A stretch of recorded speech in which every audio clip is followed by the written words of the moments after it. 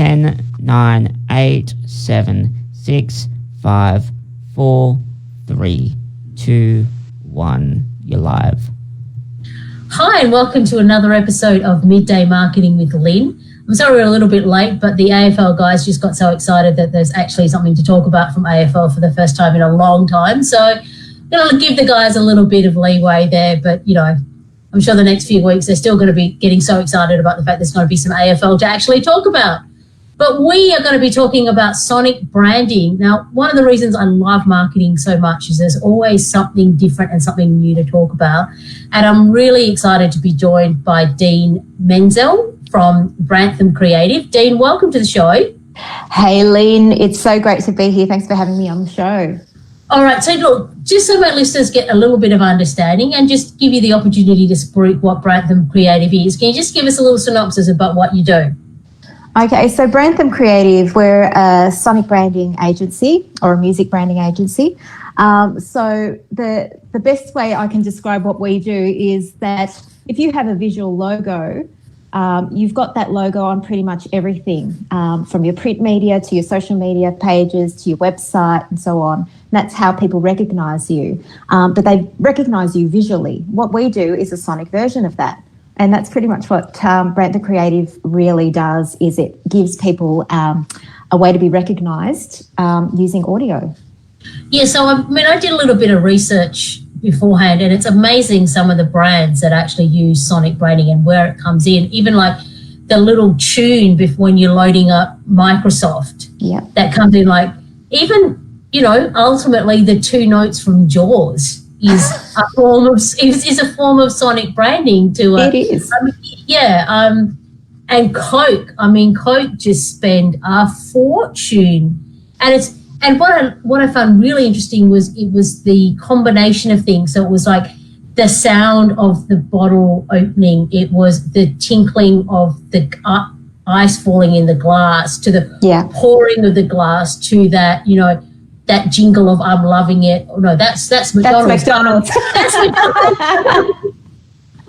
Does it taste the feeling or something? I think that was the music for. Sorry, as you can tell, I don't drink Coke at all. But what I found really fascinating was it was putting all of those elements together that actually made up the sonic brand. And it was when I started looking at it, going, man, I never even realised how much sonic branding I was actually taking in. Yeah. And you know, that you remember, and even Nokia ringtones. Yeah. In itself, people were associating the ringtone with a Nokia phone. Like, exactly. The do-do-do-do-do-do-do. The most irritating noise in the world, yes. So I think we've obviously had a little bit of a chat about what exactly is sonic branding, but let's just sort of make it real for people. So yes, there's the Cokes and the Microsofts and the massive Fortune 500 companies that would be spending a lot of money and would have massive marketing departments and massive marketing budgets to be able to do this. Yeah. For an average Joe small business, for those people who have listened to a couple of my podcasts in the past, I always use the Acme business example because I love it's funny. So, you know, for an average business like a mum and dad business, how could they use sonic branding? Okay, well, firstly, we have a look at what channels people are using in their businesses. Some people are using just a website, but most people have social media platform. Yep. Most people have, or some people have a YouTube channel if they have a social media platform as well. They've got Instagram, LinkedIn, you know, and those platforms alone also cater for audio. They're not just visual platforms, but they include video, which includes audio. Yeah. A lot of people are releasing podcasts now as well under their brands, or whether they're creating micro brands under their brands. What I mean by micro brands is like a series that is not branded as you, but is still recognised as being associated with you. So small businesses are still able to market themselves using audio channels. If you think about it, your phone hold music is a touch point for people. Yeah, I was just going to say that. Like, just, you know, that's a great opportunity in which to have a bit of branding, you know, and you can do a voiceover over it, so it's still making sense and it's still making that connection. Yeah, it definitely. And not just that, but we are still, well, we have been a face-to-face society where a lot of people are networking, where people are presenting to network groups and being able to be recognised on whatever platform you're engaging with people. If there is an element of audio, whether it's online or digital or whether or not it's face-to-face and in person, there are many opportunities to engage people, and people do remember. I mean, like we're so naturally inclined to remember audio. I mean, it's been around since the dawn of time. I know what a Zoom meeting where somebody comes on and actually plays a bit of theme music before they come on, like a bit of Chariots of Fire or something, or even the rocky sort of music before they come on, just to bring themselves on. Yeah, why not? I mean, have a bit of fun with it, I guess. Oh, definitely. And like, I think, you know, that's the thing. And you mentioned Rocky, and I did a presentation a week or two ago where I actually used 4 examples of the word or of the brand Rocky. The first was just the word Rocky, and I just had it up on a screen. And then the next image was like with Rocky and the Rocky logo. And then I had a video playing of Rocky, you know, like doing his training session, but the sound was off. It was just him doing that. And then I put the video on and I put the Rocky theme music on, and all of a sudden it's like, yeah, get me those gloves. It just makes you feel like Eye of the Tiger is it's a classic song. I mean, it just takes us right back to running up those bloody stairs in Philadelphia, and I haven't even been to Philadelphia. I know. Absolutely. All right, but before we keep going on, can you just take us back a little bit, because I'd like to talk about how your business actually evolved and how you sort of gone into this niche of sonic branding. Well, we sort of, so it was my business partner and I at the time in 2016, and we actually came out of the cover scene. So we're both musicians, or I'm a vocalist, also a pianist, and he was a guitarist. And so, you know, we joined the same band, and we sort of said, we want to do something a bit more with music. So we created a business called Voice Your Brand, and that's what we were originally called. And we were working with groups to connect them with music, doing team building sessions with them, creating their own sort of theme song or signature song. And so that was where we first started. We had a lot of fun with that, with different groups and getting them out of their comfort zones. I mean, can you imagine a bunch of people, you know, like having to step up to a microphone or, you know, like, muck around with some blow-up guitars and just have a lot of fun with it. I've already done enough drunk karaoke in my lifetime. I would like to see the footage from that, by the way. But we started there. It was a lot of fun. And that's where my business partner sort of came from, a very performing background, and in a way I came from more of a songwriting background. And so when we evolved into networking out, we really needed some visibility in our local area. So we started networking with some businesses in the area and joined a networking group. What we found was that the group of people that we were networking with weren't sort of large groups that we could team build with. So we had to, in a way, find a product offering that was going to be suitable and relevant to this market. So I guess realistically you did that word that's been branded around a lot during this COVID time of your business pivoted. I knew you were going to say pivot. No, I hate that word. I hate it. But that's okay. Breathe through it, Lynn. Breathe through it. Yes. Well, we didn't need a pandemic back then to pivot, but we felt that there was a need for something else, and team building wasn't the right offering at the time. So we did pivot and came up with this concept called Branthem. So brand anthems. We brought that word together. We actually thought it was such a great concept that we trademarked it. Oh, awesome! Because nobody was talking about anything like this. And when I say anything like this, and people used to think that Branthams were jingles, and it was a bit of education for the audiences that we were now starting to network with, because we found that where jingles were more about the brand and the tagline, and easy to remember, but the excellent thing about them were that they were so really can you give me an example of a good jingle? Look, McDonald's will be one. I'm loving it, is their tagline. Also, you know, Roof Seal, or what else? Meadow Lee had like you ought to be congratulated. Airplane Jelly is obviously I love Airplane Jelly.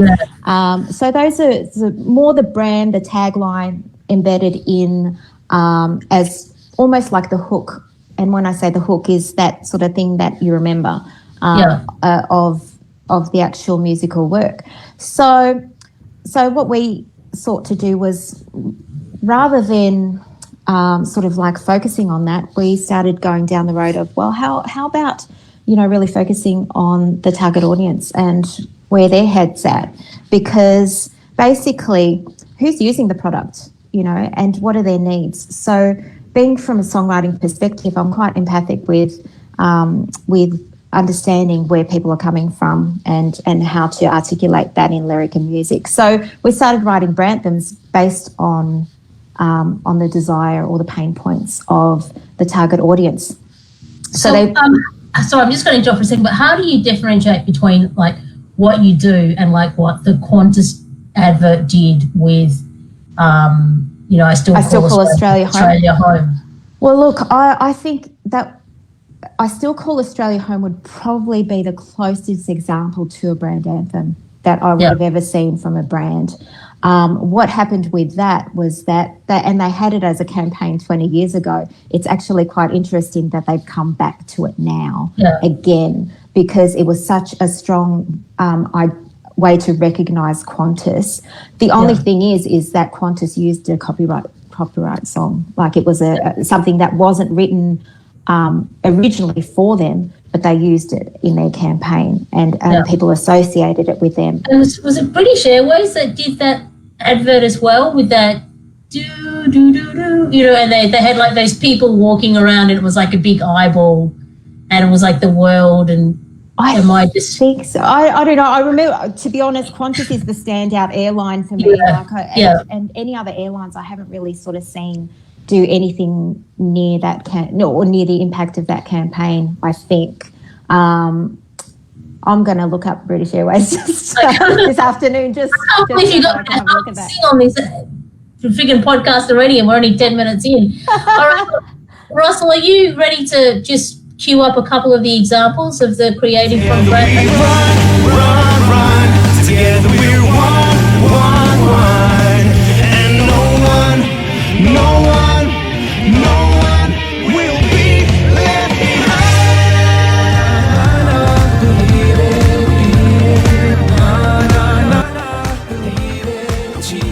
I feel like the whole world is right behind me tonight. Now I can be it, as I believe it.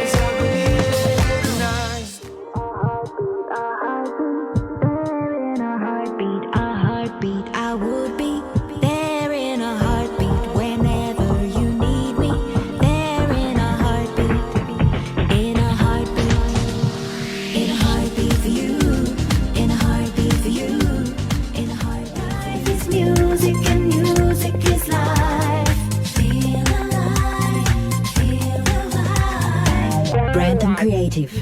Anthems that voice your brand. Okay, so which ones of those did you sing? Come on, fess up. I have to say the last two are me. That was very early on as we were experimenting with these as well and just creating them for clients. The first two, we work with a lot of session singers now, just to really, bring the essence of it in. But you can see how different those Branthams are. The first one. Who were they for? Like, I was trying to figure it out. I was like, was the first one for like a gym or something? Yeah, definitely. Great guess. The first one, definitely. This is for a client of ours, Back on Track Fitness, and they rebranded. And I love the new brand that they rebranded when we did this. They were rebranding as we were as they engaged us. To more of a community feel. Their logo was very much a wolf pack, so we wanted that community without having to say back on track or gym or working out. We sort of like the essence of the wolf that together we run, as you can imagine a wolf pack would do, and looking out for each other. No one will be left behind. Lyrically, that's where we went with it.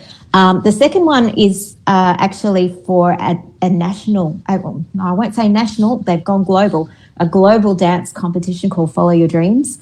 And this lady, Kylie Drew, just a brilliant entrepreneur who saw a need to create a dance competition that was fair across the board and just, about excellence and believing in yourself and believing in your dreams. And that's what we created for her. She actually said to me, funnily enough, at the moment we're using Justin Timberlake's Can't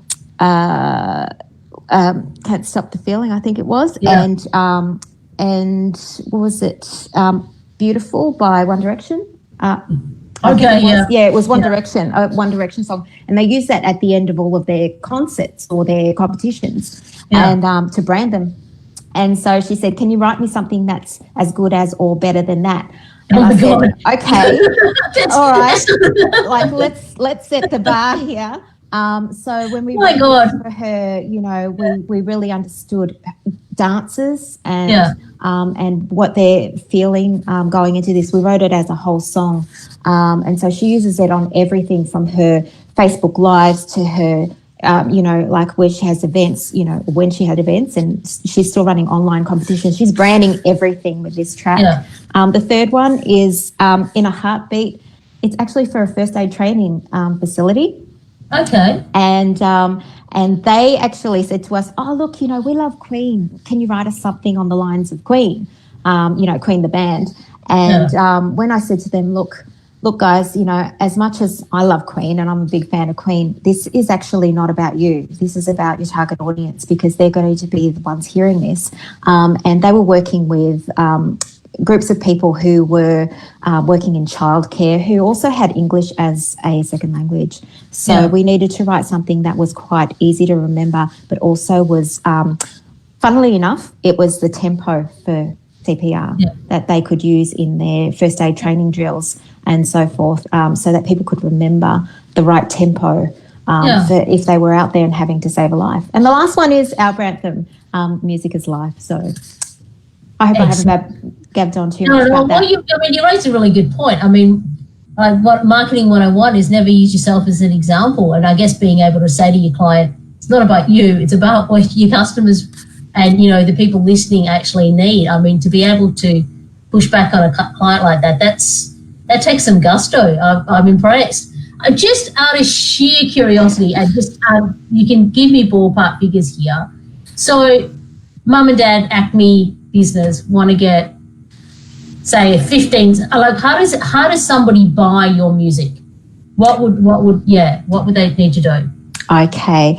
Well, look, we're very big on outcome, on results, and also value for what you're going to use it for. And firstly, I'll just say outright, not everybody is going to resonate with this. And those who have resonated with this kind of branding and marketing are leaders, those who are wanting to see themselves as leaders in their industry, those who are wanting to see themselves as doing something different, as they have a point of difference, as wanting to stand out from their competitors. So firstly, like I said, this is not for everybody. So that tier of people is who I'll be talking to from this point onwards as to explain how this works, because as for everybody else, this won't be for you.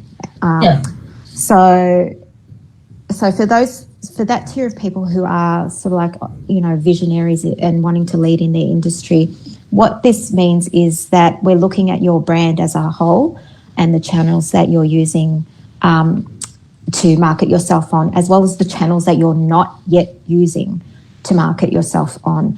And where those channels have audio, we look at those. We actually start with a diagnostic.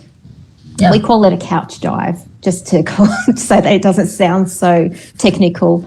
And we look for what you're not doing yet. We look for what you are doing as well as that, and where audio fits into that, the appropriate channels where it's going to happen, where it's going to be appropriate for your target audience and listeners, to make sure that it's not intrusive, because nothing's worse than getting onto a website and all of a sudden you get this audio that's in your face. You don't want to be doing things like that. You want to be using audio to enhance your brand, to enhance your the recognition of your brand, and draw people in and draw loyal followers and make them stick. We're talking about likability and stickability here.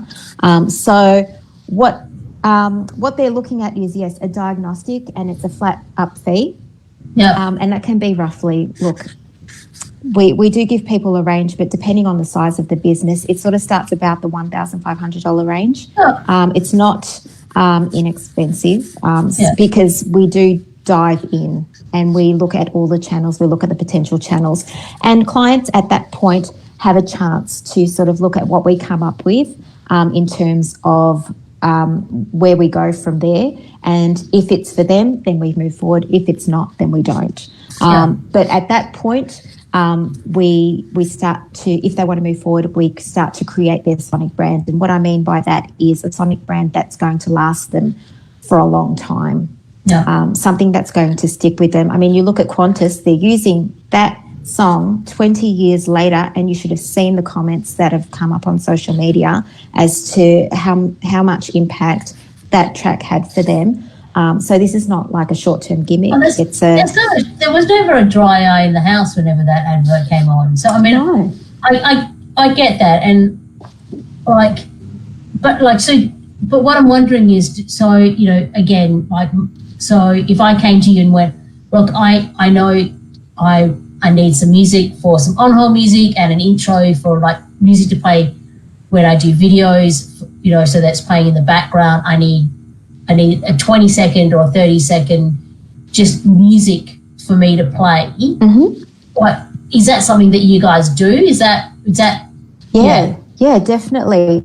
Well, like I said, we do a bit of a diagnostic first, because I want to make sure that that what we create for you is will be relevant to your brand, to your audience, and also, sometimes it might mean that you're looking at channels that you haven't thought of yet. We're also looking whether or not you're looking into the future, because smart speakers, are becoming more popular now. So we look as to what your vision for your brand is, and then we work to that for the best outcome for what you're wanting to create. But yes, we do create for your brand. Make sure that it's cohesive and consistent across the board. So when the songs that you heard before, the Branthams that you heard before, it's not just about creating one track that fits all channels, because each channel will require something a slightly different variation of it.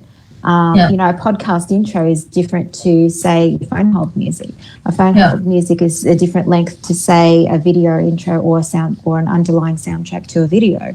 So the different elements and components, we create almost a style guide, just like what fonts and graphics and images and so forth do with logo. It's similar for audio. I guess the understanding is, even with a logo, you still need to modify it, whether you're using it on a massive billboard or whether you're using it on your website. There is differences in how that the logo is seen and heard, and just like with McDonald's, sometimes you see the M and sometimes you see the whole. Can we please note that I don't eat that much McDonald's? I know we're talking about McDonald's in this podcast, but I guess from a marketing perspective, they just do everything, and they just do everything so well. But they do, and they were ahead of their time with I'm Loving It. They did it, I think it was in 2003, and they brought Justin Timberlake on board, and that was the campaign back there. Spent millions of dollars, and it's still one of the longest running. I mean, call it a jingle. Yes, it's a jingle campaign, but I mean, they are using it everywhere. And you know it by heart. All right, so let's just move on now, talking a bit about the potential of audio. You just spoke about smart speakers. What are smart speakers? I've never heard that term before. Well, okay. So a lot of people have in their homes now things like Google Assistant and Amazon Alexa. Listening on to everything that when you say, hey Siri or hey Google or hey, that's a smart speaker, and you're talking to something that's actually doing something for you. Obviously these are audio platforms. We're not looking at things. We're moving more and more, I think, into lesser screen society where, we want to be doing things at the same time. I mean, people at the gym are listening to podcasts at the same time as they are on the treadmill. We're in the car and we're, like multitasking. So hopefully, obviously, hands-free. I have to add that in. But we're moving more and more into that kind of a society where audio is part of our daily lives. And I mean, like, it's a funny thing because we all started with audio, as a species, even before spoken language, even before written language. We were communicating. We must have been communicating with some kind of sound, either through the tone of our voices. It's, our babies hear sound before. I was one of those mums that was playing my kid Mozart while he was in utero. Well, I don't know if he did anything for his grades, but you believe it, and there is that thing there. They say that by playing an instrument before a certain age, it actually helps develop your brain better than Oh, look, there's science behind that, but like there's definite science behind that babies are hearing, their ears are developing from about 18 weeks in the womb. So, I mean, like they're hearing their parents' voices, they're hearing music, they're hearing all sorts of things. And, like it's easier for us to have brand recall on audio than it is to remember. I still remember a whole lot of songs and their lyrics from when I was a teenager, growing up at the 80s. I can be salt and pepper, push it. Like, let's face it. I mean, come on. We all have that brand recall. We all have that audio recall. So, I mean, it just seems so common sense that that's where we're going, or that's what's going to be around, or that's what's going to be more and more, because it's so natural to us. Futurist Steve Sammartino said to me a couple of weeks ago in a conversation, we're going to be training our computers as we're going to be training our dogs. Which are going to be training with voice rather than sitting at a computer and typing things in. It's going to be a very voice and audio-based society. But look, I'm not one to tell people what the future should be or will be, but it's just common sense that we're going in that direction. So to me, I think audio will always have a place. It's just interesting. It will be interesting to see how brands use this, because we're shifting away from an advertising platform, like where we used to have all brands would be advertising on, say, commercials and so forth. Nobody, I mean, no offence to the West Australian here, but, we're seeing circulation of the newspaper here drop considerably. A lot more people are getting their news online. Yep. So that provides you the opportunity to actually have digital music playing with it. And I guess as industries become more and more competitive, you're trying to find a way where people will recognise your brand over somebody else's, whether you're a lawyer, a doctor, a dentist, they're all branding themselves constantly. Yeah. Why not brand themselves with a sound as well as a logo, Definitely. And like the way people are marketing themselves now is not with direct advertising, like commercial or so forth, but more so it's embedded in their content. So you're doing a podcast here today. This is content and this is a brand for you, and same with a lot of other podcasts and content and products. I mean, like you were talking about Microsoft before, how you can, even like when televisions turn on and you can see their logos or whatever it may be, I think brands will have opportunity to be more creative in the way that they embed audio into their product offerings. So I think I guess, and what you're doing is and please don't take this the wrong way, is a lot cheaper than trying to do like what Apple did, where they did like Rolling Stones. I mean, they would have paid Rolling Stones a fortune to be able to use that music. So, you know, and if you can create it from yourself and from your own business, and it's a truer reflection of your own business, and that's another way, I guess, of being authentic in your voice. Definitely. I think there's two sides to that. One is definitely the cost, because buying copyrighted music is not cheap, especially if you're using that same or even different versions of it. But there's the other side of it too. If you are a brand that is not bigger than the music or the artist that you're using, then who are people going to remember? It was an interesting thing I saw, you know, Lorna Jane, the brand Lorna Jane. I saw her speak at an event a couple of years ago, and Lorna Jane's pretty big. I mean, as a brand known in Australia, and she had like 300 people. Like she was doing a keynote speech, and she had like 300 women in front of her. It was at a women's event, and she did her keynote, got up to speak. The host thanked her, and as she was starting to walk off, they played Taylor Swift, "Shake It Off," and within 3 seconds, 300 women forgot about her because they were singing "Shake It Off, Shake It Off," you know, and it was Taylor Swift. Who's at the front of your mind when you hear something? You have to sort of think about it. Is it going to be you, or is it going to be Taylor Swift? Yeah. So, all right, so I mean, we touched on it just briefly then, but let's just go back. But the evolution of a voice-based platform, you spoke then about, you know, the future is talking about how, you know, typing is now soon potentially going to not be something that we do, which, you know, here I am trying to teach my 12-year-old to spell. So I'm really hoping that, you know, it's around for a lot longer. I don't think that these platforms will disappear completely. I just think that they'll be used a little bit less, you know, or, you know, as we're doing more voice searches. I mean, I use Siri to find things for me or to do things for me now. I use Google Assistant, you know, to search for a few things or to play some music, so, you know, throw a few things up on Spotify, whatever it might be. But we will still be a tactile society too, I think, to a degree. I mean, come on, you don't want to get rid of Earl, what's his name? Earl Jones from, you know, Luke, I'm Your Father. Like, I mean, come on, that's I can't lose. Like, that's amazing. Like, you know, that's going to go for generations. And yeah.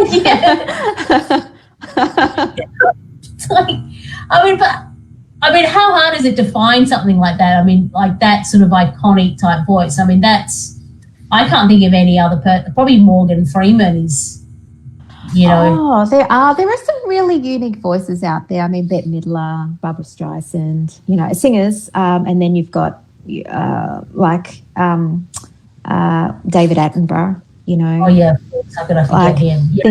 You know, people like that, you know. So there are some unique, beautiful voices out there. I think at the end of the day, it really is about brands. Sort of like, I mean, it's a noisy market out there. The more businesses that are starting to evolve, I mean, people are starting to start their own businesses more than just, you know, just to you know, work in somebody else's business. More and more we see entrepreneurship and brands coming up, more podcasts, more content, more everything, and it's becoming very noisy out there. So I think it's really important, especially, and like I said, this is not for everybody, but especially if you want to sort of stand out, you have to have something that identifies you, I think, just so people, just like you have a thumbprint, you know, something that identifies you, so people can find you if that's what you want. Have you ever had a client want to sing their own,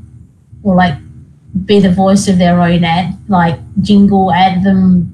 Not yet. I haven't come across one yet. Usually, like, they're happy to for me to find somebody to do it, because that's not sort of their specialty. They want to stick to what. Because, you know, especially, you know, when they're like, if they're starting their own business and that, you know, they're wanting to have their voice be the voice. I was just wondering if anybody had actually gone, you know what, let me sing the song, or you have the song and I'll be the voice that comes over it. I think that would be fantastic, for somebody to do that. That would highly identify them as a brand as well.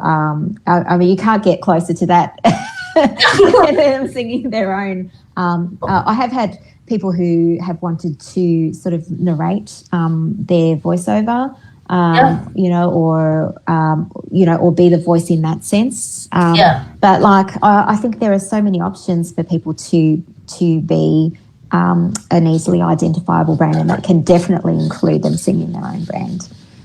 All right, awesome. Well, Dee, thank you so much for your time today.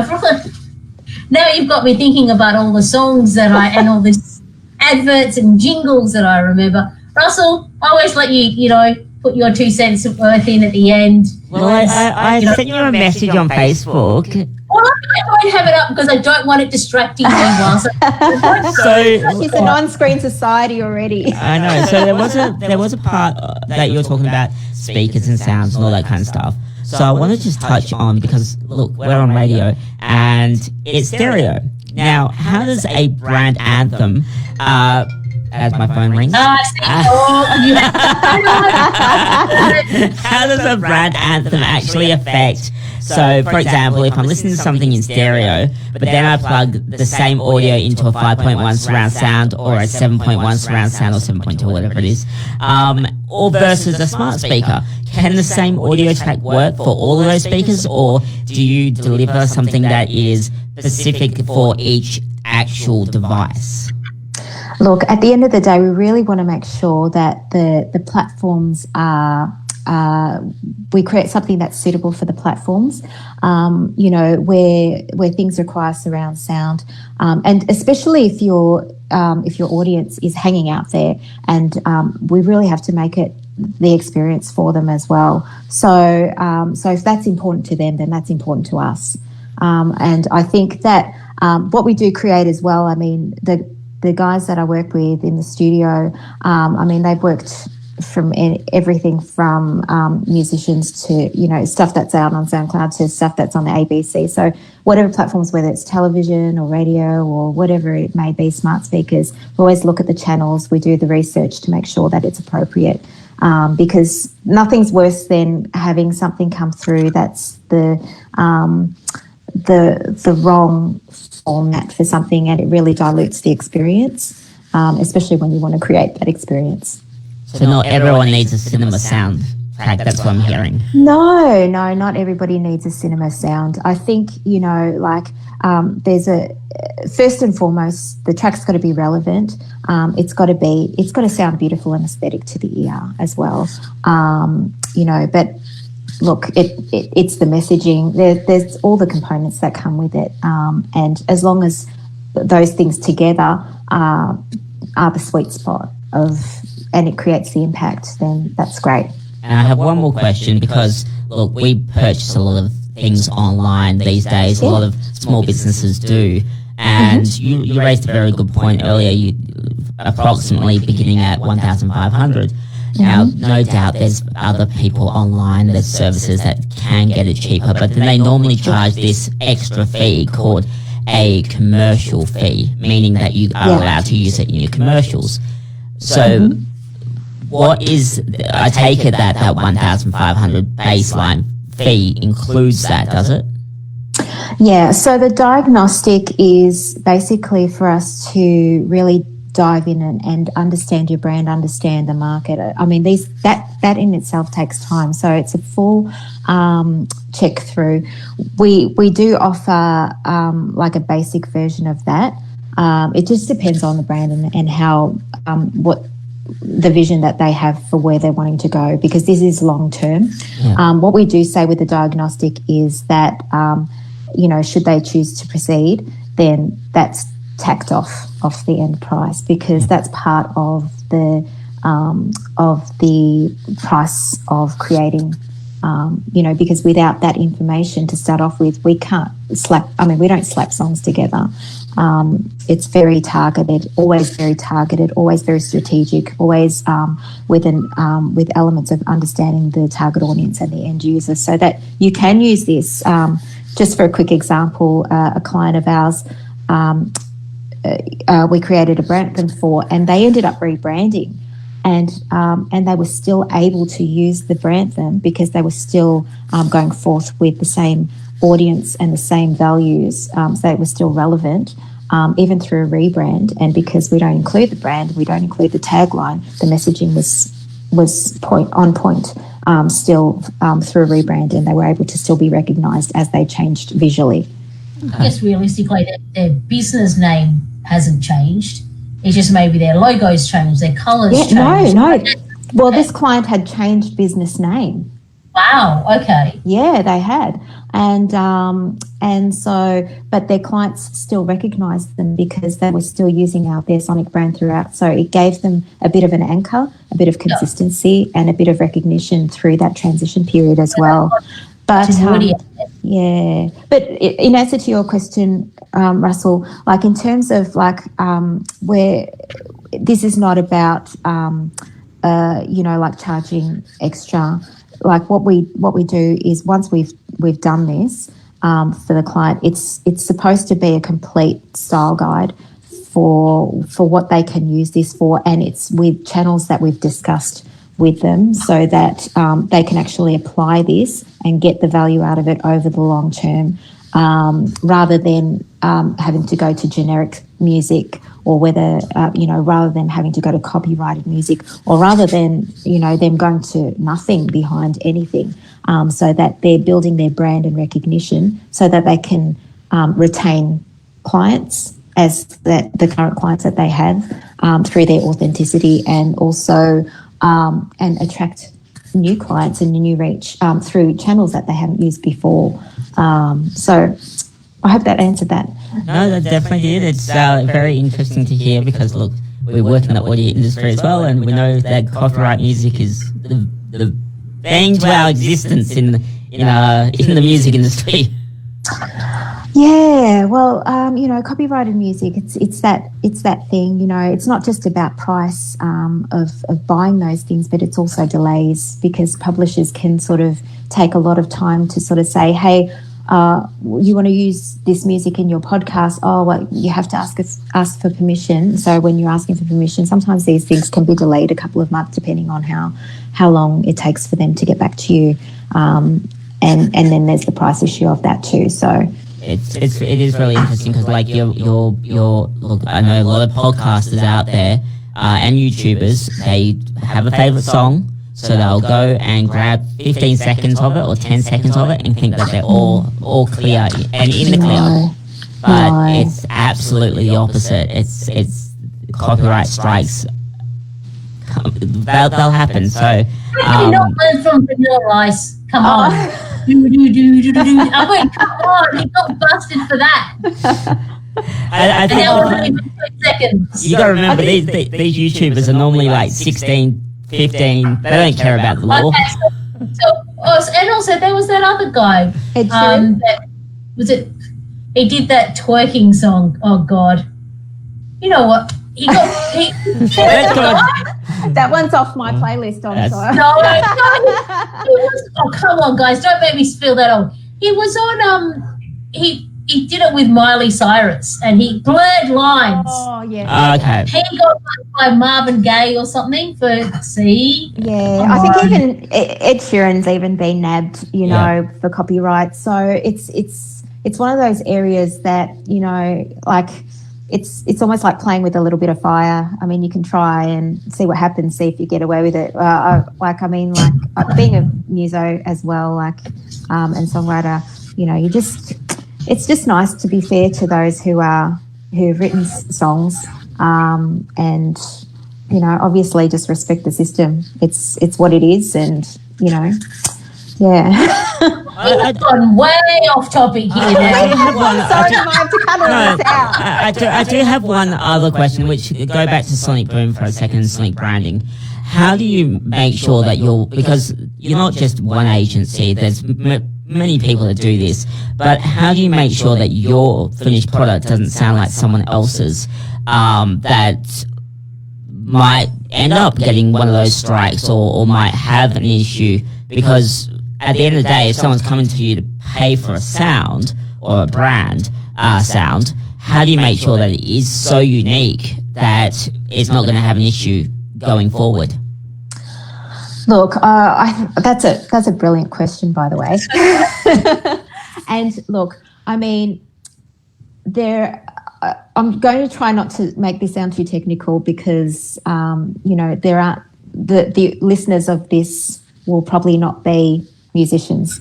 But look, there are, just as there are only like a certain amount of colours in the world, there are only a certain amount of combinations. I'm going to call them combinations in music. They're called chords and whatever you might call them, but combinations of music.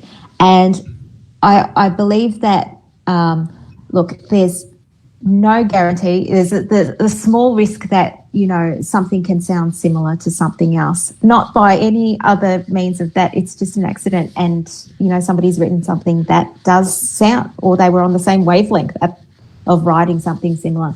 But lyrically and, when you put all those components together of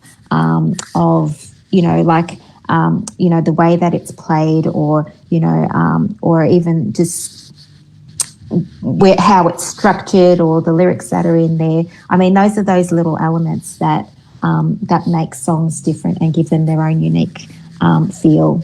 So just like how even in the same genre of music, they'll still have different sounds. Like rap music, you think would have even though it's kind of universal under rap music, each artist is completely different from, Eminem is completely different to Dr. Dre, blah, blah, blah, blah, blah, blah. So I guess, is that what you're trying to get at? Yeah, and like I suppose if I could use visual as an example, there are logos that are very similar out there, like what makes that logo different to that logo? I don't know. Is it just the colour? Is it the size? There might be differences. I suppose it's just up to,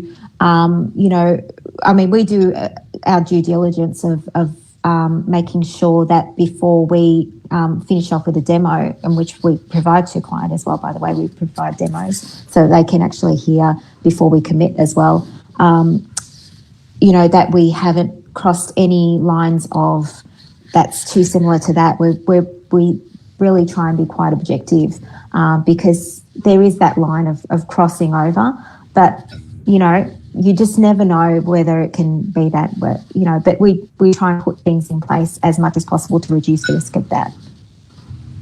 Okay. Oh, thank you. Awesome. That was some deep questions at the end there.